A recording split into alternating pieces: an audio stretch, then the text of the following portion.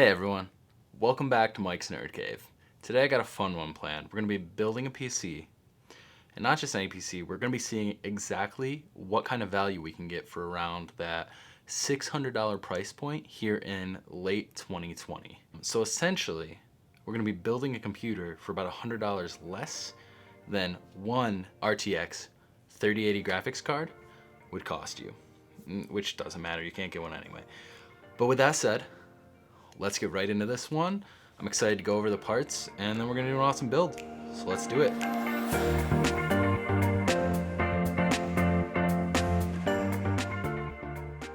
So let's go over these parts. First off, we're gonna start with the CPU, or the brain behind the whole thing. Going with a Ryzen 3 3100. I went with this one because it's one of the best bangs for your buck. It's a quad-core CPU. It's not quite as good as the 3300X that they came out with because it uses a 2-chiplet design instead of a 1-chiplet design. But the 3300X hasn't been in stock hardly at all. And this, for $105, is still a killer deal. You're gonna see, especially when we get to the benchmarks. Right here, I only went with a 1660 Ti because it's one I actually already had here. I would suggest going with a 1660 Super, as it's very similar performance to this for about $50 less, and that would put it right around in the $220 to the $240 price point for the motherboard. I wanted to do something that was just a good bang for the buck, but also just a clean drop-in for the CPU. Wouldn't need a BIOS upgrade, so that's why I went with a B450 Max specifically.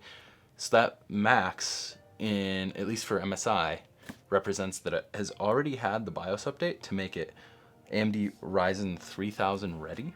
So you can just drop the CPU in, it's gonna be good to go. RAM.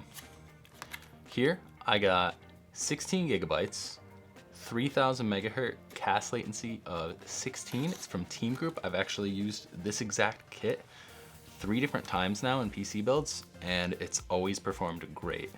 Power supply. These are hard to come by right now, just any power supply without paying a premium.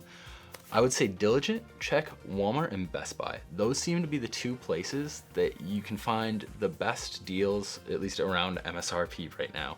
Amazon, the prices seem to be jacked up, same thing with Newegg. But when they are in stock at Best Buy and Walmart, you can get deals like this one, 500 watt, bronze rated from a reputable brand like EVGA, $50. Storage. And storage I'm pretty particular about. I really like NVMe M.2 SSDs. I like the form factor, I like that you don't need any wires, they just slot into the motherboard, they're fast, and as long as you get a good drive, they're usually reliable. Because of that, I went with the Western Digital Blue Drive here. It does have DRAM cache. It's not gonna slow down when you're doing large read and writes, like installing a large game. Lastly, I got a fan here to go with the case, which there we go. It's a Cooler Master Box MB311L. And then the fan I held up a little bit ago should match the fans that come in the case to round the whole build out aesthetically and with better airflow. So now that we have all the parts laid out here, let's get some build B-roll.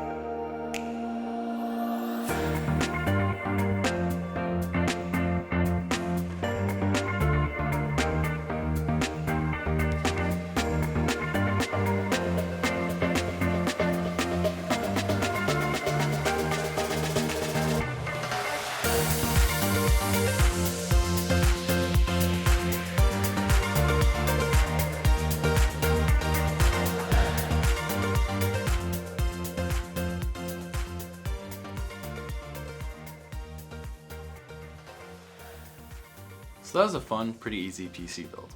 Actually, it happened about 2.5, 3 weeks ago now. I've had a lot of time to play with this PC myself, as well as one of my buddies used it at our little LAN party we had here. It was COVID safe. On from that though.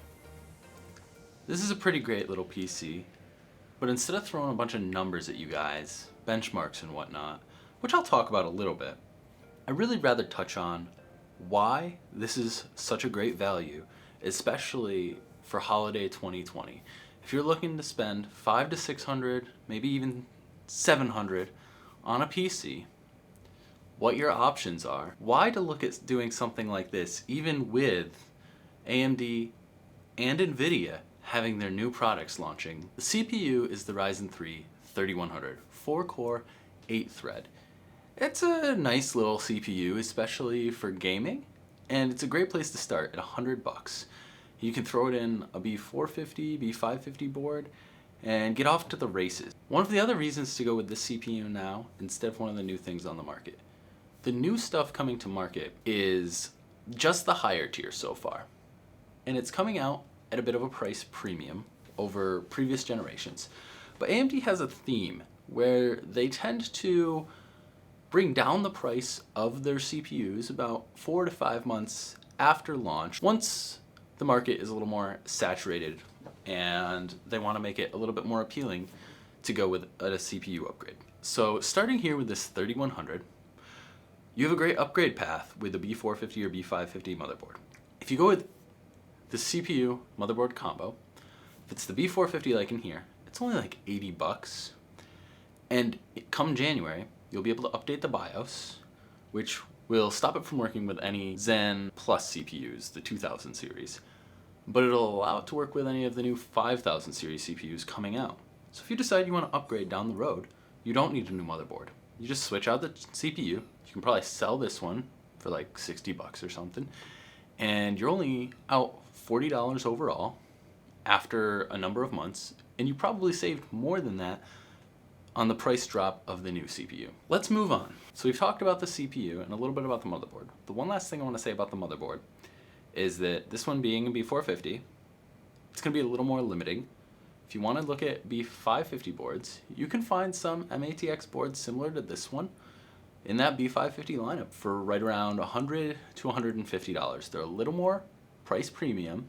They're also built a little bit better. A lot of them come with just a few more features than this board is built with. Like I said, you pay a little bit of a price premium. It should have no problem working with the Ryzen 5000 series if you decide to upgrade down the road. So if you can find a Ryzen 2600 for around $110 to $120 this holiday season, and maybe a B450 board for around $70 to $80, it's about the same gaming performance as this back here. You get a couple extra cores and extra threads, but overall it's a very similar performing CPU to the one in here. Same upgrade path is what we have here currently. If it's a better price, go with it. If you can get the CPU though for $100, as long as it stays in stock or even a little bit less on Black Friday, it's hard to beat. Moving on to the GPU.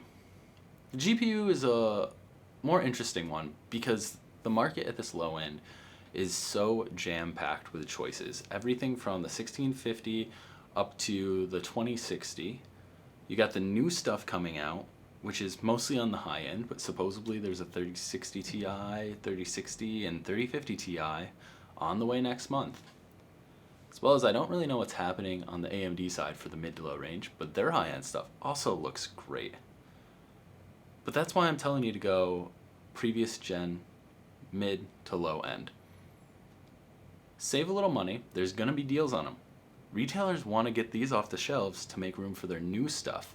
Especially if that new stuff's coming in December, look for big deals around Black Friday. I'm sure there'll be some awesome deals on these mid to low end graphics cards to make room on their shelves for the new stuff coming in. I just want to talk shortly about the RAM and the solid state choices. The RAM is a pretty easy one. RAM is cheap right now, and it's going to be cheap for the next couple months as the market is very oversaturated. People don't need to go with new RAM for new builds. The storage, I went with a 500 gigabyte NVMe M.2 here. The reason I went with this is because of really the new consoles.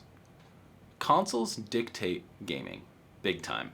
And the new consoles are using fast NVMe SSDs, which means game developers are going to be taking advantage of this with their load times, with the worlds they build, everything. And this is gonna luckily come to PC finally.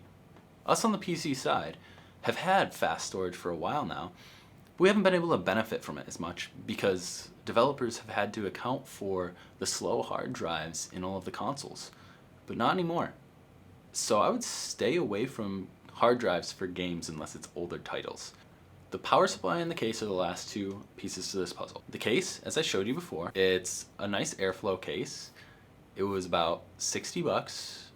Not much more you can ask for. The case market's pretty competitive. There's nothing hiking the prices on them right now. There's a lot of fun, cool choices out there, and that's up to you. You pick what fits your budget and your style. Definitely try to stick with something with decent airflow though. Lastly, the power supply. Power supplies are in a weird place right now because of COVID. They're expensive. Just across the board, the parts for power supplies have become expensive, so power supplies, therefore, are expensive. Look at EVGA B stock. Look at Walmart and look at Best Buy. Those are where I've seen the most consistent deals on things like 550 watt, 650 watt, even 7 and 850 watt power supplies, especially on the higher end, 7 to 50, 850 watt power supplies. EVGA B stock has had some awesome deals come through. They get picked up pretty quick though, so make sure you're checking on Wednesday mornings when those get updated. I want to wrap this up by talking about the performance, and lastly why this whole combination of hardware was a good choice.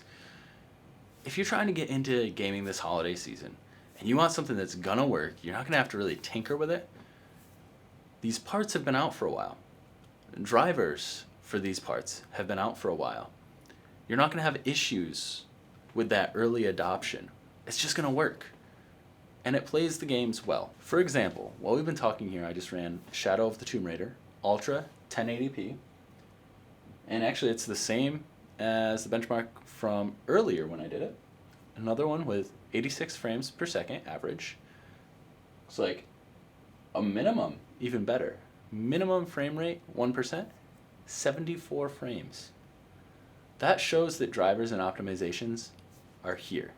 This hardware has been around long enough that you're not going to see any of those issues, the crazy dips, the things you see with brand new drivers. So yeah, it might be a budget system, but it's going to be a reliable system. That's what I wanted to get across with this PC build for this holiday. Don't be afraid to go with last year's hardware this year. You're going to get something that's reliable, something that's on sale, and something that should still have quite a few years in it, with a decent upgrade path, mind you. So, yeah, build this value PC this Christmas, and you'll be happy. I think that's it for this one, guys. Like I said, all links will be down in the description, and I'll catch you in the next one.